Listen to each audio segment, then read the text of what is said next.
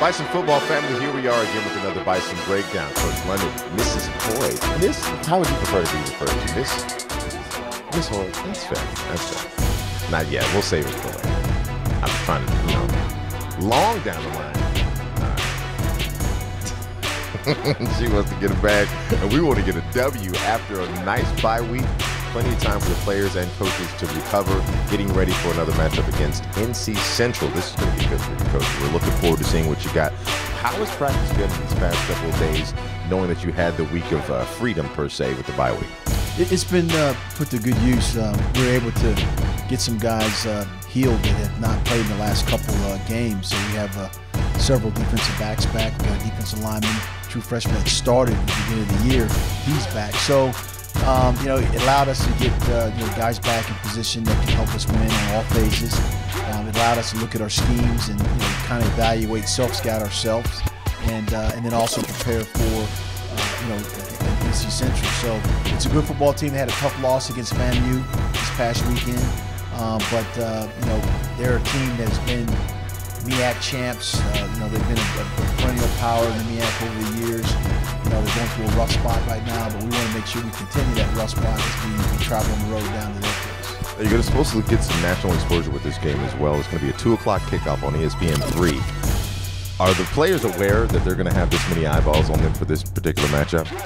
They are, but what's been really neat, the first game, the games we've played in have been really nationally televised games, and so that's a great thing about having a young team, that after the first one, it's second-hand nature, So our job is to go out and just compete and execute, and don't worry about who's watching, who's in the stands. Matter of fact, this is another away game for us. We haven't played a home game yet, so we're traveling the road. Last year we did well on the road with a winning record, and we want to, try to continue that with particularly these conference games that are ahead of us. And Coach London, you talked about this is your second year. We talked about this earlier. This is your second year at Howard, and you're a high-profile coach coming to Howard University. That was a big story last year. How is your adjustment from this time last year to this time this year? You're halfway through the season. Well, as you're coaching, you're teaching, you want to make sure the players are buying into the culture that you set in place, putting on the field, academically, in the community. So it's busy. It's very busy, but it's a process that's in place, and you continue the things that you believe in. Go to class, show class, treat people with dignity and respect. Those are the standards, and you control your own destiny in terms of what's left on your schedule. Well, a lot of teams at this point are out of it in terms of their opportunities to play postseason. But we're still in it, and it's halfway through the season for us. But at the same time, we're still a lot to prove. We had a game canceled and an open week, so we're just ready to play against a competitive team. Oh, and Coach, I just want to get your philosophy as far as other high-profile coaches coming to the MEAC or the SWAC and coaching HBCU football, because your addition to HBCU football has been a big one. What would be your advice to coaches looking to further their legacy at HBCU level? The coaches that are in this conference are excellent coaches, and I think sometimes that's undervalued, understated. There's excellent players in this conference, and we talked about before in the FCS, Football Championship Series, that 2 players were drafted out of the MEAC more than any other FCS school in the country. So that's something to be noted and lauded and talked about. But any coach or any person that's competitive, you always want to be able to coach, instruct, influence, teach, mentor, role model, and get those W's. That's part of the whole process. But we talk about an A to Z approach, not just on the field, but all the way through their players' development. And you have a chance here at a historic university. The university has now moved up in USU's report to number 89 after coming from in the 150s. And so it's something that's always progressing and showing the products of this university and the people that have come before. So our players, we embrace the culture, we embrace the league that we're in, we embrace the Jay Walkers and the Empton Buffet and those guys that have played before us. And now, we're working on the present, so we can also set the table for the future. So that's been definitely something that the coaching staff and players, we subscribe to that. We want that, and like I said, we want to make the university community stakeholders proud of us. That's what it's all about. All right, I got two questions. One's personal, the other obviously is football related. On the personal note, I will be selfish and go first. What do I have to do to get the HU Bison on the field with the Tigers from Tennessee State University? That's a personal one. I need to see that for many, many reasons. I need to see that on field. I will personally call that one fulfilling. I will not invoice you just because I want to be at that game. You know what? That's a great question. And I've had a conversation with athletic director Terry Davis about, FCS schools a lot of times play these FBS teams and we'll play them, quote unquote, for money games. And we played, 2 FBS teams this year. We played 2 last year.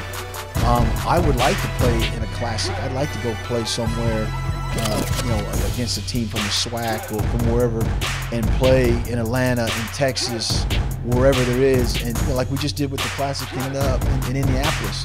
Showcase 2 HBC universities, play good opponents, and then brand yourselves that way. So I'd love to be able to do that. I don't feel like saying that. Yeah, we gonna get that. We gonna get that. I ain't gonna tell you where my allegiances lies.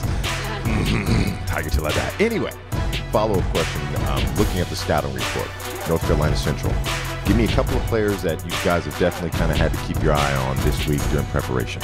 Well, they've the quarterback that played last year against us is gotten replaced this year. So there's another quarterback that's playing that's very adept to getting away from the pass rush.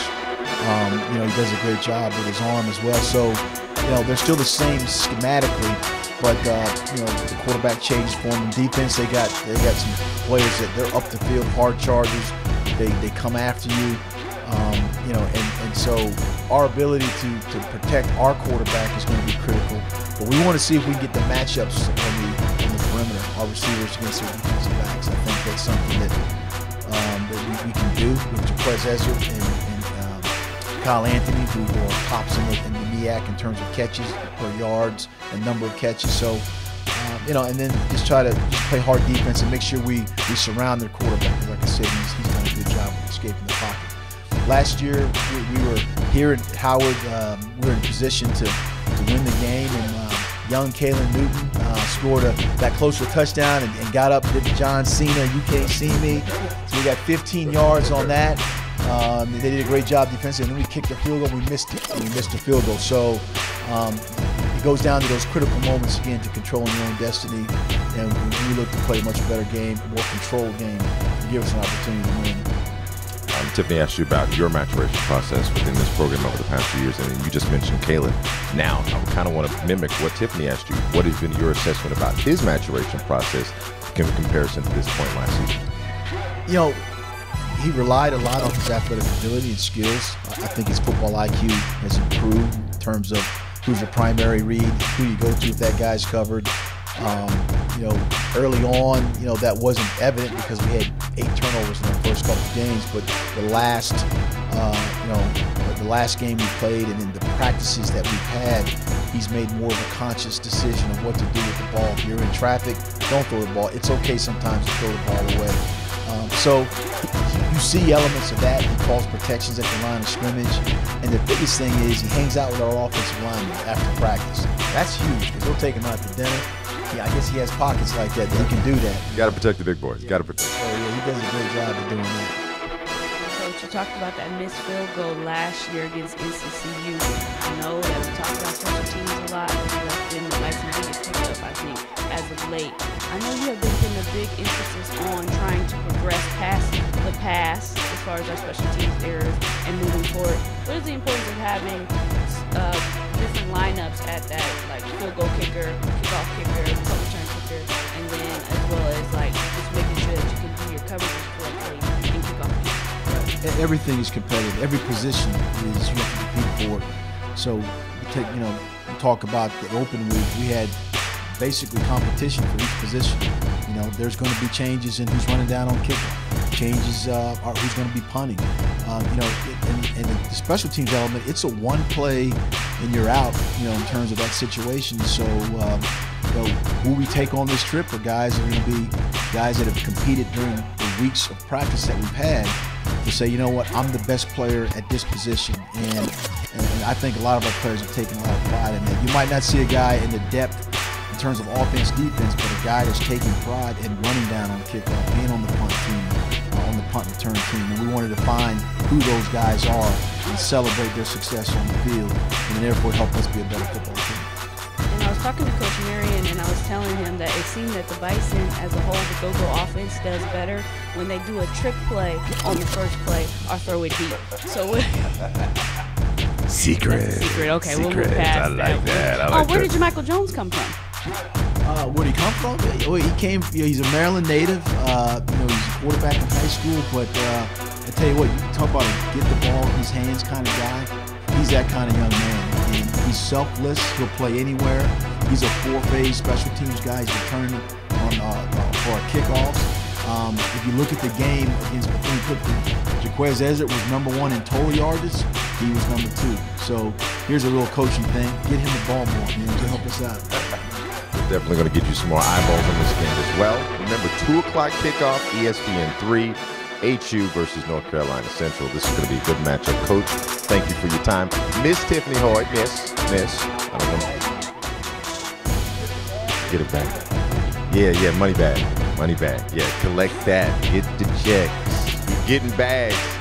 Educate Coach with a living urban dictionary here. On behalf of the Bison Breakdown, I'm Wes Hall. We'll see you next time.